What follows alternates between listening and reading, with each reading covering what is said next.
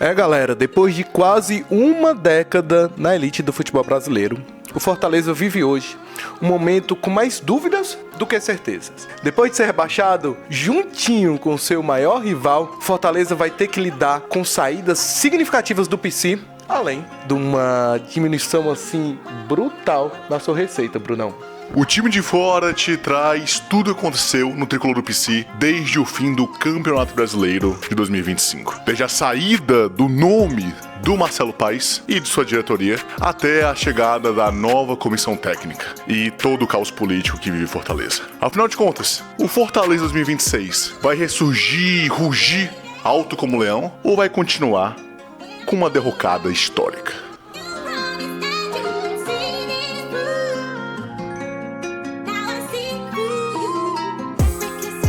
Ei, para aí. Antes de tudo, nós prometemos não tocar na ferida, tá? Inclusive, a gente não vai tocar nessa ferida de relembrar toda a arrancada histórica que o Fortaleza estava construído. O time de fora já tinha criado todo o material para enaltecer a façanha que seria o Fortaleza continuar na Série A depois de tudo que aconteceu. E, sinceramente, a gente também não imaginava que o vovô ia junto, no mesmo barco. Nosso papel aqui é apenas explicar tudo o que aconteceu depois do apito final entre Botafogo e Fortaleza. Se existia alguém que era praticamente unanimidade para a torcida do Fortaleza em relação à sua permanência, essa pessoa era o argentino Martín Palermo. O cara simplesmente conseguiu empilhar 9 jogos de invencibilidade na reta final do Campeonato Brasileiro. E muitos acreditavam que se o argentino tivesse mais tempo, ele com certeza iria conseguir livrar o Fortaleza do rebaixamento. Mas o futebol não vive de si e o primeiro nome cortado foi o do técnico. O clube não pôde perder tempo e logo em seguida confirmou a chegada de Thiago Carpini para o comando técnico do Fortaleza. Olha um dado interessante. Fortaleza voltava a ter um técnico brazuca, coisa que não acontecia desde 2020, com a saída do Anderson Moreira e a chegada do tão amado Juan Pablo Vojvoda. Ainda tinha um cargo que precisava ser definido. O CEO Marcelo Paes deveria permanecer ou sair? Para muitos, ele deveria sair. Afinal de contas, havia acontecido o rebaixamento do Fortaleza e já vinha de uma relação desgastada, um final de ciclo com o clube e com parte da torcida. Para outros, ele deveria ficar. Ele é o dirigente mais vencedor da história do clube. Conhece os bastidores, conhece os pormenores e já conseguiu um acesso com Fortaleza da Série B para a Série A, lá em 2018. Seria, em teoria, o nome ideal para conseguir fazer o leão renascer e rugir mais uma vez. Acaba que depois de uma semana de indefinições, foi decidido que ficaria. Mais um spoiler aqui entre nós, essa certeza teve nada disso. Tanto é que ele acabou saindo, mas a gente vai seguir a ordem cronológica e chegar por lá. Na coletiva de apresentação do técnico Thiago Carpini, o Paes acabou dando uma entrevista para a imprensa e deixou muito claro o descontentamento com parte da torcida, com parte da imprensa e com também parte da política interna do Fortaleza, mostrando de maneira cristalina como a relação com o clube estava estremecida. Eu senti uma perseguição, eu senti algo direcionado, coisas pessoais mentirosas foram faladas sobre mim, sobre minha família, sobre a empresa da minha família. Isso afeta meu pai, afeta meus irmãos, afeta meu filho adolescente, afeta minha esposa, afeta todo mundo. Então tinha uma avaliação pessoal muito grande, eu digo, será que vale a pena me fazer tudo isso de novo? Até porque com a queda para a Série B, existe um contrato, ele permite que a rescisão, tanto minha como deles, seja sem multa. O contrato já dizia isso. Então não era uma multa que ia segurar ou permanecer o trabalho. É de ciência de todo mundo que em todo final de temporada, atletas entram e saem dos seus respectivos clubes. Isso é normal. Ainda mais se você for um time que na temporada anterior sofreu um rebaixamento. Agora, uma saída específica do Fortaleza estremeceu a torcida, mexeu, fez um burburinho na cidade. Tinga, um dos atletas e ídolos mais identificados com o tricolor, deixava o clube depois de anos. E olha, o Tinga, ele não só crescia em momentos decisivos, como ele esteve em momentos importantes e pontuais do Fortaleza. Participou da Série C, fez a assistência pro Caleb e pro Cassiano, participou de Libertadores, Sul-Americana. Ele esteve em vários momentos significativos do Leão. Uma saída triste depois que ele foi pro Curitiba. E tinha tudo para ser a saída mais importante e mais forte do Fortaleza. Bom, tinha. Ficou para os últimos dias do ano a notícia mais impactante no Fortaleza em 2025. O fim de uma era no Fortaleza. Marcelo Paes deixa o clube tricolor e aceita o convite para ser o novo executivo de futebol do Corinthians. Olá, fiel torcida, muito prazer. Sou o Marcelo Paes e estou muito feliz em fazer parte desse bando de loucos. Eu sei que falar isso agora, depois de tudo que aconteceu, no calor do momento, o torcedor tá com muita raiva. Mas o Marcelo Paes talvez seja um dos nomes mais importantes do futebol cearense, por toda a ascensão que conseguiu levar o Fortaleza nos últimos anos. E aí vocês estão carecas de saber dessa história. Foi da Série C para a Série B, campeão da Série B direto para a Série A, vários cearenses, tricampeão da Copa do Nordeste, participações em Libertadores, final da Sul-Americana. Vocês conhecem toda a história. E ele havia confirmado em várias entrevistas, inclusive, a permanência dele para a Série B 2026. É por isso que causou tanta estranheza e até revolta de muitos torcedores quando começaram especulações de que o Corinthians iria contratar o Marcelo Paes. E não é que queria, é que já estava muito bem encaminhado. E na tarde do mesmo dia foi justamente o anúncio. O Conselho da SAF emitiu uma nota informando o desligamento do Marcelo Paes e que o novo destino dele seria o Corinthians. Isso causou muita estranheza e um sentimento profundo de incerteza. Desde 2017, Fortaleza e Marcelo Paes estavam muito juntos, unidos, carne e unha. Quando o Fortaleza tinha algum problema, era Marcelo Paes que aparecia nas câmeras para poder falar. Quando o Fortaleza estava em um momento de glória, também era Marcelo Paes que aparecia para poder falar. Então, depois de tantos anos, ver essas duas personalidades seguindo caminhos separados, traz o sentimento de incerteza. Marcelo Paes era um cara que foi muito centralizador em alguns aspectos, para o bem ou para o mal. Rei morto, rei deposto. O clube não tinha tempo a perder e prontamente foi atrás da contratação de Pedro Martins para substituir o cargo de CEO da SAF.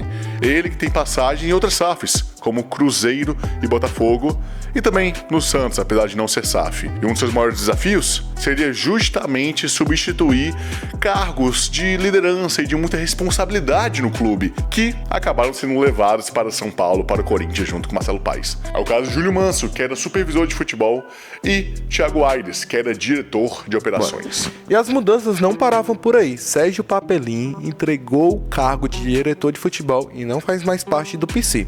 Além disso, Daniel de Paula foi desligado do cargo de gerente de futebol. É isso, 2026 é um ano-chave na história do clube.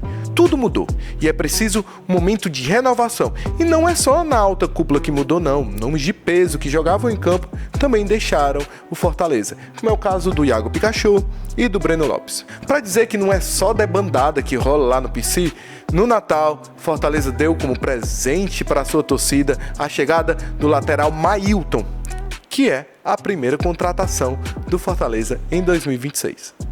Com tantas incertezas no Fortaleza, dois nomes antigos voltaram à pauta do PC. Alex Santiago e Geraldo Luciano se colocaram à disposição para essa retomada dos trilhos do Lion. Mas não dura muito tempo não. Por falta de consenso, eles retiraram seu nome da eleição do Conselho da SAF e aparentemente não retornarão para o PC. Tem uma parte da torcida que está desejando que essa decisão seja revestida. Afinal de contas, os dois nomes são atrelados a uma era de ouro do Fortaleza. E muita gente da massa tricolor acredita que eles são os nomes perfeitos para essa retomada dos momentos de glória. As tribulações continuavam, dessa vez com dívidas trabalhistas. Foi o caso de Felipe Jonathan e Bruno Pacheco, que chegaram a processar o clube. Tudo bem que o Bruno Pacheco acabou sendo resolvido depois no acordo amigável, mas só pelo fato de que chegaram a processar o Fortaleza por estar devendo dinheiro de salário para eles, é bizarro, porque o clube ficou conhecido nacionalmente justamente por sua transparência e responsabilidade financeira. Então isso já mostra que muita coisa mudou e desandou em algum momento do caminho. O Fortaleza também anunciou a descontinuidade do projeto do futebol feminino, o que particularmente eu acho uma pena, pois foi um ano mais vitorioso das Leoas. Foram campeãs cearenses, campeãs do Nordeste através da Copa Maria Bonita e conseguiram o tão sonhado acesso para a Série A1 do Campeonato Brasileiro. Pela incompetência dos homens, faltou o acesso e o recurso para poder premiar as mulheres. O que cá entre nós acaba sendo um suco de Brasil, não é mesmo? O que eu acho mais esquisito de tudo isso é a incompetência dos dirigentes. Por que tiveram essa descontinuidade, mesmo sendo proibido isso? Se você for lá ver a lei da SAF, diz direitinho que é obrigatório para os clubes que adotam o modelo da SAF que tenham as modalidades masculina e feminina, tanto profissional quanto na base, para fomentar o futebol local. Então, é simplesmente proibido fazerem isso. E ainda assim o anunciaram. E aí vem a questão: será que os dirigentes de Fortaleza tiveram tamanha incompetência ao ponto de não saberem a lei que rege a natureza jurídica do próprio clube? E aí conseguiram uma solução alternativa através do ídolo e ex-jogador Ronaldo Angelim, que também tem um time, um projeto chamado R4, que através de uma parceria vão conseguir de alguma maneira recursos para fazer com que o futebol feminino continue, ao menos para o ano de 2026. E amigo, se não bastasse tudo isso, saca só sobre o endividamento do Fortaleza. Uma apuração do Sérgio Pontes, do grupo O Povo, mostrou que o Fortaleza tem uma dívida de 168 milhões de reais. Mas vamos lá destrinchar um pouco. Desses 168, 100 milhões são dívidas em teoria controladas, com pagamentos previstos e parcelados. Ou seja, já estava na folha prevista de orçamento, já está tudo planejado para ir ter ainda esse parcelamento até 2029. Então, em teoria, isso não é problema.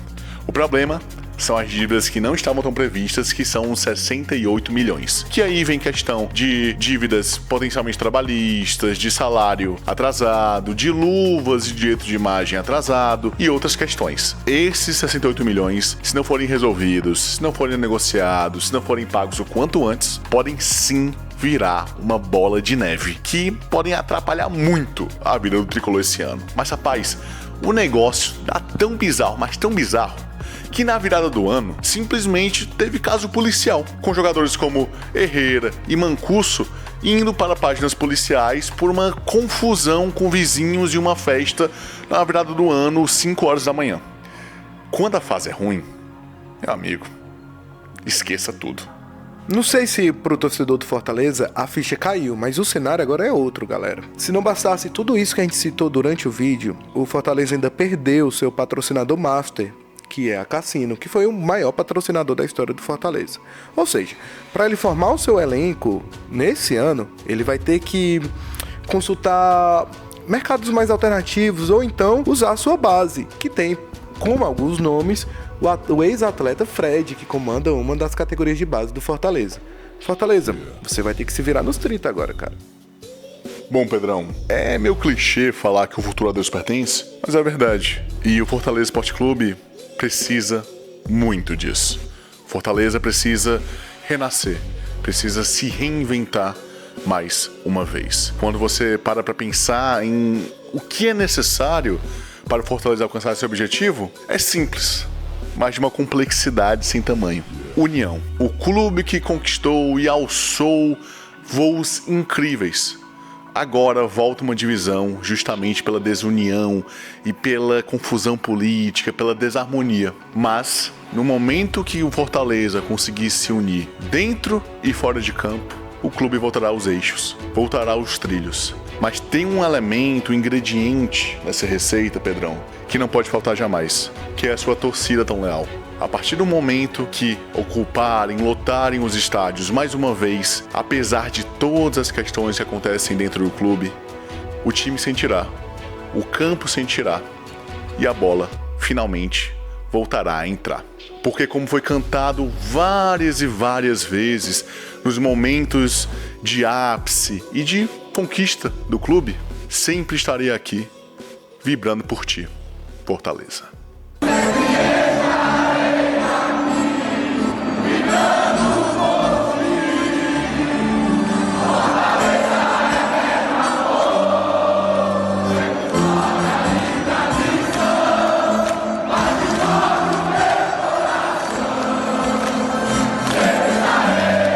Felipe Freitas, você vai começar a tocar. Galera, se você chegou até aqui, o meu muito obrigado. Eu me chamo Pedro Aragão. Esse é o Bruno Quintino. A gente faz parte aqui do time de fora. Eu não deixei ele falar, não.